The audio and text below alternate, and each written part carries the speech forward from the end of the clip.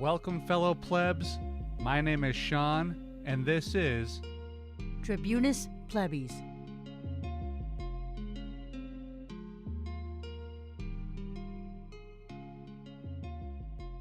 Hello, everybody. Welcome back to the podcast. Today, I have two subjects we're going to talk about. First, let's dump on some billionaires and their space bullshit. And I literally just want to hit on this for a minute or two because it's so absurd and it should piss all of us off. Earlier this year, SpaceX, an Elon Musk company, and Blue Origin, a Jeff Bezos company, they were battling for a government contract to put men on the moon. The prize was a $2.9 billion contract with more to come as each successive launch will cost over $1 billion. SpaceX has already been supported and propped up with billions of dollars in both federal and state grants, for the entirety of its short existence. So just try to remember that when Elon Musk tells you some bullshit about his private company doing whatever the hell it is that, it will eventually do. Because it's mostly bullshit. Just like Musk's entire public persona and legend. The government basically funded the entire thing. Without our government's money, our money, this thing very likely would not have ever taken off. Pun intended. But this isn't really about SpaceX or Elon Musk's many grifts and bullshit antics. It's about Jeff Bezos and Blue Origin. They lost that fight for the contract. So what happened next? Well, Bezos just went and paid over $500,000 to senators and congresspeople, and he bribed them to give him a $10 billion space contract to back up SpaceX's project. The senator who benefited most from Bezos' bribes is Maria Cantwell, a Democrat from Washington State, where Blue Origin is headquartered. She said it was for redundancy. Now, depending on the fickle nature of the stock market, I suppose, these are two of the three wealthiest human beings on the planet at any given time. Setting aside the contracts and the bribery, why are we even giving these soulless jackals any money at all? Tax these fuckers and do it ourselves. The government, meaning us again, the huddled masses, we shouldn't be subsidizing the richest people on the planet for anything at all, let alone for their Elysium fever dreams. Because guess what? Once Mars becomes a privatized escape location, you and I, we ain't going to be on that bus, buddy. We're staying here and living here, breathing the poisoned air here and dying here. Because we're poor and the rich will be over on Elysium City on equatorial Mars eating some sort of space sushi or something. If you can terraform Mars, then fix this fucking place, you monsters. All right. Now on to the bigger topic. Okay, so by now, we've all either seen or heard the scary headlines and or heard somebody repeating them. People just need to get back to work. The point that the terrible human beings on television and in the right-wing and mainstream news are incepting into those people's brains is that a huge number of people, basically all of the unemployed really, are just chilling at home and soaking the working people of this country for those unemployment benefits. The news coverage, if we can even rightfully call it news coverage, of this talking point, because that's all it really and truly is, a talking point, it's meant to shame and deflect blame, as well as to make those who say it and are employed to feel better, all the while allowing them to blame the most vulnerable in the country for their circumstances. The talking point says that there is a labor shortage in the country and that the primary cause of this shortage is the extra $300 unemployment payment from the federal government. The most ridiculous of these goons will tell you that everybody on unemployment is making more money now than when they worked, and that they're living high on the hog out there on their yachts or something, all the while giving a big middle finger to those of us patriotic enough to work. But here's the thing. There is little to no real evidence of this as a real phenomenon. Now, there are some real things in here which these just terrible people are leveraging into their talking points and that we shouldn't ignore. Some sectors are actually finding it difficult to hire people back as they reopen. This is true.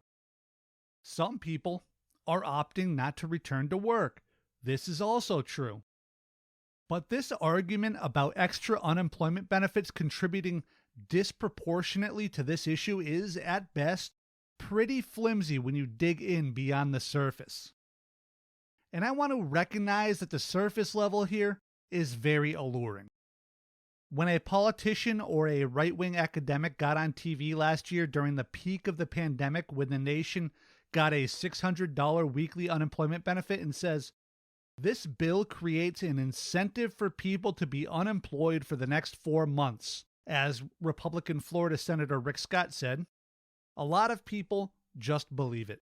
They swallow it so hard that they have the hook hanging out of their ass. But it's not that simple. It is never that simple. And Rick Scott was 100% wrong, by the way, just for the record. Last year, the time Senator Scott was talking about, and Lindsey Graham, Republican senator from South Carolina, said this about the Democrats, quote, "They are going to make the next 4 months impossible for small businesses to hire," end quote. Unsurprisingly, he was wrong as well. Back in the spring of 2020, millions of workers were losing their jobs every week. And let me repeat that. Millions of workers were losing their jobs every single week. But when businesses began to open up again in the following weeks and months, millions of those same workers flooded back into the job market and went back to work, even with those enhanced benefits beckoning to them to be the lazy laggards that conservatives assume them to be, and we saw the unemployment rate plummet. In the years since those initial lockdowns and conservative doomsaying, many pieces of academic research have shown that the extra benefit of $600 absolutely did not keep people from returning to work. Low wages have kept people from returning to work. It's always more complicated than a simple Econ 101 chart, but there is a good amount of truth to the idea that if employers want to attract employees and they are unable to, then they need to raise their wages or other benefits. So when a Republican representative like Dave Rouser in North Carolina says something like this, quote, "This is what happens when you extend unemployment benefits too long and add a $1,400 stimulus payment. Right when employers need workers to fully reopen back up, few can be found," end quote. We can know that they're simply shilling for corporate interests and not for the workers. Just on a weird side note here, what is the last time you heard any of these goofballs saying a company should raise wages to lure workers? It's always that the workers should capitulate to capital, isn't it? These same goons take money hand over fist from the likes of the Chamber of Commerce, a voluntary association of business firms, a union in other words, and then they turn around and talk shit about workers banding together. This is how we know they are full of shit and serving corporate interests and not ours. Already powerful companies banding together to further subjugate workers is just fine and dandy. But workers banding together to free themselves from the tyranny of modern work and hierarchical power structures, that's just pure evil. I'll say it for the 15th time in the 30-plus episodes of this podcast. These people do not care about you. They care about their donors. And their donors only care about sucking every last bit of value they can from your soul before tossing your dried husk into the corpse-filled gutter running along Capitol's highway. There is another argument here that is almost always attached to the enhanced unemployment, and that is that some people actually got paid more to stay home than they did to work. And you know what? This is accurate to a certain degree. although largely overblown, especially with the current $300 bonus. Very few people are actually making more now on unemployment, even with the $300, than they were working. But to me, this points directly at the sorry state of wages in this country pre-pandemic, not some sort of moral failing of the people receiving help. And again, just to be clear, even the $600 bonus didn't have an adverse effect on people choosing to go back to work, which is seen clearly in the numbers from last year. Why would anyone continue to tell or buy the lie, and that's what it is, a lie, that the $300 bonus is going to cause or is causing the exact same fake problem? And I guess since I feel obliged to make this statement at some point, I'll just do it right now. Yeah, there are people out there who will take advantage of the system, who will take advantage of any system. But they are a small minority of people when all is said and done. Most American workers who are unemployed right now are trying to get their jobs back. The data on this is absolutely clear. Any true freeloader problem that the unemployment system has is basically vanishingly small in the grand scheme of things, regardless of any particular anecdotes anyone might have. I don't want to hear them. This sort of issue is a rounding error at the 5th decimal point in this country's budget. At the macroeconomic level, it's a curious footnote more than a substantial issue. Nobody's upset about Jeff Bezos, the richest man on the planet, being given $10 billion to be a bench player in the space race. But y'all are big angry at Billy, the guy living in a leaky garage and getting an extra $300 while choosing not to work 20 hours a week as a part-time toilet cleaner. And hey, listen, sure, try to find freeloaders and fix the loopholes. I mean, I'm not going to help because I'm not an asshole or a snitch, and frankly, I don't care if a handful of people skate by. I want to skate by. I don't want to work. Economists, like real, actual economists, they wouldn't even concern themselves with a few bad eggs. They would immediately notice and note the good that these programs do for 99.9% of the people who made use of them. It's maybe like how Walmart looks at shoplifting. They know it happens. They have a reasonably accurate assessment of what shoplifting costs a company, and they take steps to reduce it. But at the end of the day, they know it's going to happen and simply write it off. They don't just close their store and say that stores can't work because a small fraction of people steal from them.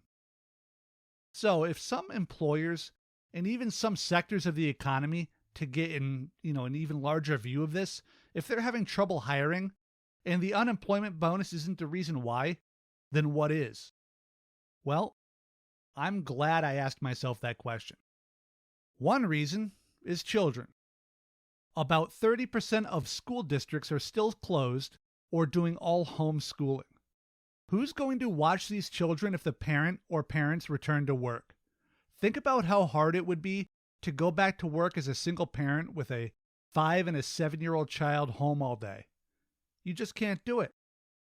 And you especially can't go back if the only jobs you can find are offering minimum wage or just over it, because you'd have to pay somebody else to watch your kids, something which isn't cheap. Now, I'll refrain from sidetracking into a giant rant about this country's disturbing lack of affordable childcare and save that for another episode, but this actually matters more than we'd like to tell ourselves, and not just during pandemic times either. Another reason people aren't returning is that service industry jobs are just more stressful and more difficult right now. They are chronically understaffed, customers are being, well, frankly, just assholes about mask mandates, and verbally and even physically assaulting workers in low-paid positions for trying to enforce company, state, or local regulations. These sorts of jobs, which are generally loathed by the people who worked them before the pandemic, have become absolutely anathema to potential workers. Oddly enough, the people driving these workers away with their bad behavior are the exact same ones who deign to call these workers lazy for not wanting to return and deal with them. Yet another reason is safety, even beyond the insults and assaults from dipshit customers. COVID still exists, people with immune deficiencies exist, people with bad asthma or other underlying conditions that can make returning to work a scary or dangerous prospect. And many others simply care for people with these conditions. Regardless of how anyone in particular feels about their own risk and safety due to COVID, it's a bit of a jerk move to assume that, we have any real idea of what these other people's lives are like, or what they're suffering through, or who they need to care for. Now, the other question is, why is all of this, suddenly coming up again? Why are these Republicans, and it is mostly Republicans at this point, why are they suddenly screaming this message into every megaphone and news camera that they can find? Why are they doing it again, despite being wrong before? Well, it's because a new jobs report came out and showed a decline in new jobs. That's it. One monthly report had a dip in it. Oh my God, the American workers are lazy scumbags who will destroy the country. But this is nonsense. First of all, the monthly job report data is famously chaotic, and we shouldn't put too much stock into 1, 2, or even 3-month dips. These things are best analyzed over time. Now, despite this single, less than stellar report, the year has actually shown strong job gains, and it will very likely continue on a generally upward trajectory for the rest of the year. And yeah, there might be a dip or two along the way, and that's okay. The argument that this latest report should cause us to rethink these incredibly helpful pandemic response policies is just ridiculous. The report absolutely does not contain evidence that we are creating a damaging labor shortage via policy. A single dip should not cause broad, widespread policy changes in this country. One easy metric to look at in regards to the overly simple supply and demand curve is to look at wages. If bosses truly could not fill open positions, then wages would go up. This is the base truth according to conservative dorkdom. If the need for workers exceeds supply, then wages should be climbing steeply, but they aren't. Right now, the unemployment number stands around 6%. Before COVID, it was 3.5%. And right now, there are currently 4 million more people unemployed than last March when the lockdown started. This number is people who are actively looking for a job, by the way, not people who have dipped out of the labor force entirely for one of the reasons we mentioned earlier, or even another reason. All of these unemployed people out looking for jobs, but yet business owners are still claiming that they can't find workers willing to actually work. You all might have seen those signs that some companies had posted on windows and drive-thru menus circulating through social media. They said stuff like, "Arby's is closed, nobody wants to work anymore," or "Sorry for the long lines, we are understaffed," and they usually end asking people to apply for jobs. Well, how about this? Pay more, motherfucker. Even McDonald's has started paying $18 an hour at their company stores. Yeah, even McDonald's is paying way more than they ever have before, which also kind of puts the lie to the idea that they couldn't pay you this much last year, right? Because I will guarantee you one thing. If $18 an hour was going to destroy McDonald's, they wouldn't offer it. These businesses work by paying you less than you're worth and taking the excess. They know the math. They can absolutely pay more than $18 an hour. Make them. Force them to with collective action. We have a situation like this at my job. And I drive an 18-wheeler for my day job, by the way, for anyone who doesn't know that. But my bosses are fond of saying that there is a shortage of drivers across the country. But this is absolutely not true. I actually looked at the numbers. It's pretty wild what actual data can tell you when you actually look at it. And that's the key. You need to actually look at it. There are somewhere around 400,000 long-haul truck drivers in the country every year. Every year, 450,000 new Class A licenses, that is the class to drive an 18-wheeler, are issued. And the vast majority of these people go into long-haul trucking. So that means that every year, there are roughly enough new Class A drivers to fully replace every single existing cross-country trucking job in the entire country. How can there possibly be a shortage of drivers? There can't be. The argument is complete fabrication and deflection. There isn't a shortage of drivers, not even close. So, why do so many trucking companies struggle to hire and maintain workers? It's because the job is terrible, especially when you're new, and it never does quite pay enough to offset all of that terrible. The mega companies that new drivers tend to go to because they are most willing to hire new drivers, they have a turnover rate of over 90%. That means that 9 out of every 10 drivers quit during any 12-month period. That number is remarkably insane. It almost defies logic. At this rate, the exact same position is filled and replaced up to 3 times in a calendar year.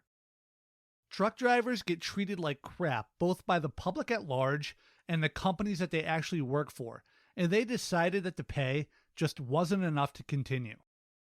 And then we hear things like, this new generation just doesn't want to work. Bullshit. I've seen just as many boomers wash out as young guys, and I've seen a lot of people wash out. The reality is, the job is bad, it's difficult, and it's dangerous, and it doesn't pay enough. Personally, I managed to stick it out long enough at my current job that a lot of the really bad stuff is in my past. I drive locally and I go home every night, along with the rest of my coworkers. Except I have my own truck. Nobody else uses it. This is a rare treat. Most of my coworkers have to share it with somebody else. I come in at a set time, and I come in the morning. New guys, they have no set schedule and are forced to work all hours of the day and night. The hours are long, the work is hard, and for new people, the hours and pay are unstable. It's also remarkably dangerous as a profession, coming in the top 5 on most lists. When we have 80% turnover rate for new drivers, the bosses tell us it's the workers' fault. That they just didn't want to work, they're lazy, they're of that new generation who doesn't want to work, and so on and more bullshit. What I keep saying back is, pay more, raise wages. If you pay more for difficult, dangerous work, you'll get people to do it. That's how simple it is. Pay more. Stop claiming to be victimized by entitled young people and fucking pay them what they fucking deserve. We need to stop allowing corporations, which are refusing to raise wages to attract workers, to continue to shunt the blame for people not working onto those people's personal character. Demand they pay more. That's how you attract workers. That's how you keep workers, with pay and benefits. If employers are unwilling to pay a market-clearing wage, the wages necessary to attract workers, then the fault lies entirely, 100% with the employer, not the unemployed. We aren't running out of workers. We are running out of companies willing to pay them. Okay. Sorry, I got a little fired up there. But what do these job report numbers actually tell us? First, it tells us that the leisure and hospitality sector of employment, which is like restaurants, hotels, amusement parks, stuff like that, that's the only one seeing wage growth, and it's actually decent wage growth, up 18% over the past 3 months. This is a good thing. It points to customers coming back to these sorts of places, movies, restaurants, museums, hotels, stuff like that. And the wage growth is pretty much what you'd expect in a situation where employers are competing for people looking for jobs. In other words, the exact thing that should, I say that in quotes, that should happen with a simple supply and demand imbalance. This sector is the same sector that was most thoroughly gutted by the pandemic shutdowns. Just about half of the 14.4 million workers in this sector lost their jobs during COVID, and there remains about a 15% shortage of workers compared to pre-COVID numbers. The next thing it tells us is that there is very little, if any, evidence that the enhanced unemployment benefits created any of these shortages. The most important thing to look at here relating to the unemployment bonus and whether it is affecting unemployment is that these sorts of benefits should put pressure on low-wage workers to stay home. After all, $300 a week means more to a poor person than to someone making six figures, right? In spite of that, low-wage jobs saw the fastest growth in April, which again goes to show that these enhanced benefits are not the job killers that these talking heads insist that they are.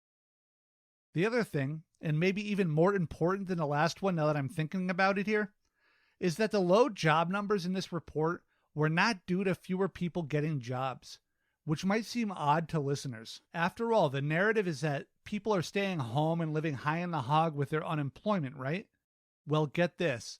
There were actually more than 250,000 people moving into the workforce than the average of the previous 3 months, which it would probably be fair to call a surge of people returning to work. The low numbers that the report showed were actually driven by an unusually high number of people being forced out of the labor force. What that means is that more people are entering the workforce than any time since last year, but employers just fired a massive amount of people and more than offset those gains. So the bosses fired a shitload of people and then blamed the unemployed for low numbers. That's how sick they are.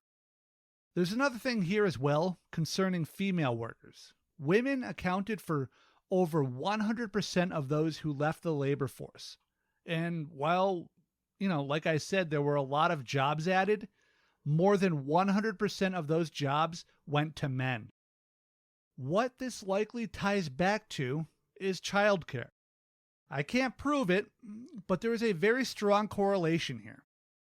Like I said earlier, about 30% of school districts are still not open, and children need to be watched and cared for. Someone has to do it, and rightly or wrongly, that is still primarily a responsibility borne by women in this country. And there's another number that doesn't come from the report, but I find interesting. As a share of gross domestic product, worker compensation is lower now than at any point in the second half of the 20th century. Meanwhile, corporate profits are at record highs. Corporations can pay you more, and without even raising prices. They just won't accept slightly less than record profits as a trade-off. The brass tacks here is that people are still hesitant to return to work for a myriad of factors, most of which I'm pretty sure I mentioned. Childcare, the stress of dealing with customers about mask mandates, as well as health fears for themselves and their loved ones. Older folks also retired in high numbers over the past year, mostly due to their own fears of being, the most vulnerable to COVID, and also just because they had time off. They looked at their accounting numbers and decided they could make it. I hope they do. Even younger and more affluent workers have retired at an accelerated rate as the stock market has ballooned and provided them with enough to live on and enjoy their lives. Add on to this that the entire workforce and jobs it requires is changing, not just in the face of the pandemic, but also just from the pressures of trade, technology, and increasingly inhumane financial issues. So, okay, let's start to tie some of these loose ends up and come to an end here. Are these extended unemployment benefits causing a labor shortage? Let's look at the big indicators again and recap a little bit. A study out of Yale University, agreeing with many other studies, concluded that there was no correlation between the extra $600 a week benefits and whether workers returned to their jobs after the initial COVID lockdowns in 2020. And currently, despite the rhetoric of the financial press, the number of Americans relying on the now $300 extra benefits continues to decline significantly month over month. $600 didn't dissuade workers from working. This is an absolute fact. There is no evidence, and really no reason to believe, sans evidence, that the current $300 will be any different. Sectors of the economy with low wages should be the most affected by any supposed effect from these benefits.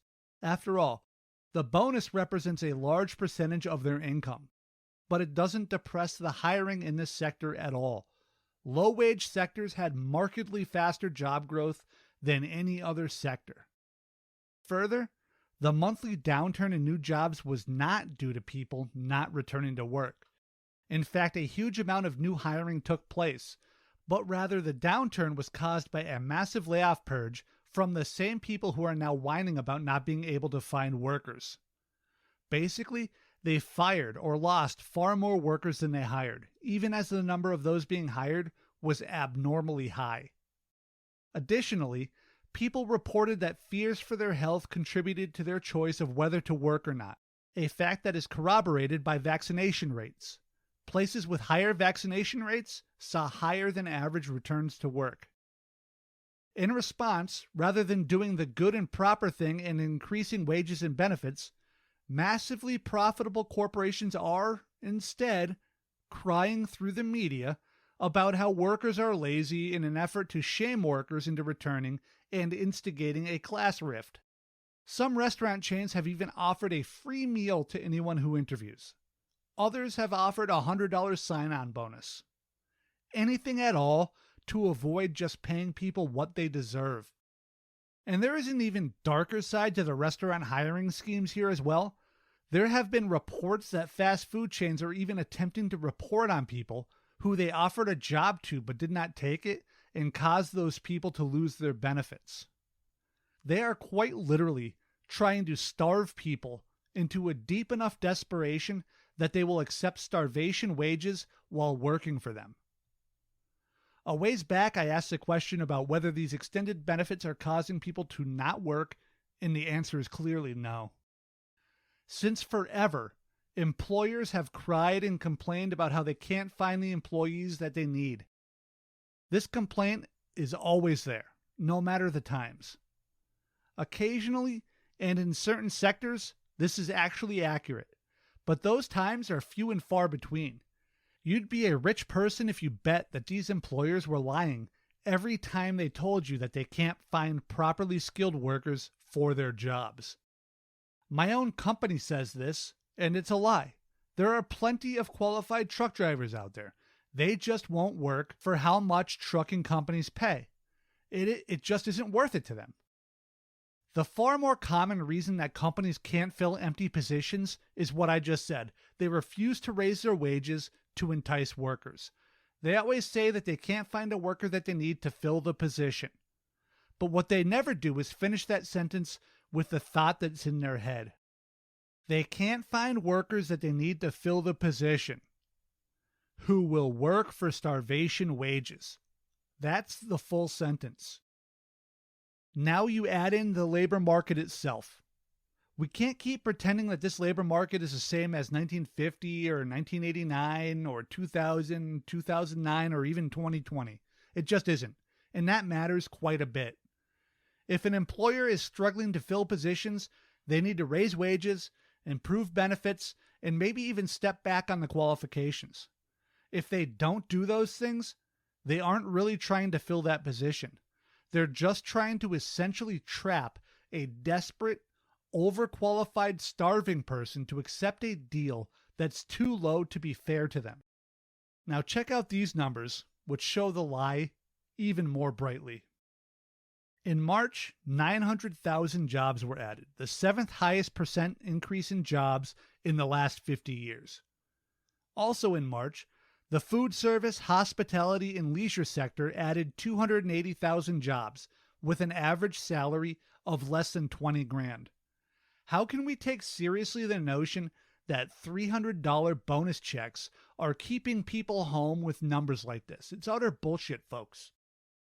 While I was doing reading for this episode, I found an article on the Economic Policy Institute website by Josh Bivens and Heidi Shearholtz. There was a part that stood out to me. It said this. It said, quote, "Cutting pandemic unemployment insurance benefits now, as some states have done or are considering, will not just hurt workers who are depending on federal benefits while they cannot find work or are unable to work, it will also drag on the economy, as those benefits are supporting spending. Finally, even if overall growth were constrained by voluntary labor supply decisions made by workers, this would be far less damaging to human welfare than growth that was constrained by too slack aggregate demand. The goal of economic policy should not be to chase as many adults into paid work as possible. It should be to provide good options and economic security for all." End quote. And I love that part of that article. Basically, we are better off with workers choosing not to work for whatever their reasons than we would be in forcing them into the workforce via policies of starvation and general deprivation. And a lot of people hear that and think of, the economic and financial impact, but I want to focus on the quote saying human welfare.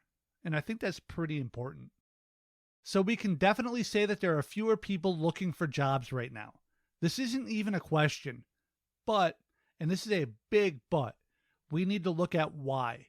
The media is beating into our heads that it's all laziness, that everybody is taking advantage of taxpayers and so on. They are intentionally trying to set us up, those of us who are blessed to be working right now, to look down upon those who are not working. Don't fall for this. Support your fellow man, not the corporate bastards trying to destroy his life. Now, the people who are actually out of work, they are telling us that it's real-life struggles, most of them related to COVID, fear, health concerns, childcare, and so on, as well as a reluctance to enter into a job with low wages and bad benefits. Employers have a very easy, very obvious method to get many of these workers back into jobs. Pay more and provide better benefits. They could have more people work from home, help with childcare in some way, or just simply boost wages. But they refuse to, because starving workers until they have no choice but to work for near starvation wages is cheaper and more efficient. Corporations have become so accustomed to paying workers so little that they have come to believe that it is their right to do so, that there is no other way to do things. Right now, the workers in this country are telling them that they are wrong. And if they don't listen, we know where the pitchforks are. And that's the episode, guys. Thank you for listening. I guess you guys know it all by now. You guys are podcast listeners. If you like the show, please share it. Word of mouth, share it on social media. And if you have a few seconds, there's a link to Apple Podcasts in the description. If you can just click it and leave a review or a rating, or both, that would be awesome. It's like the best way to help a podcast out. Thank you, guys. Love you all.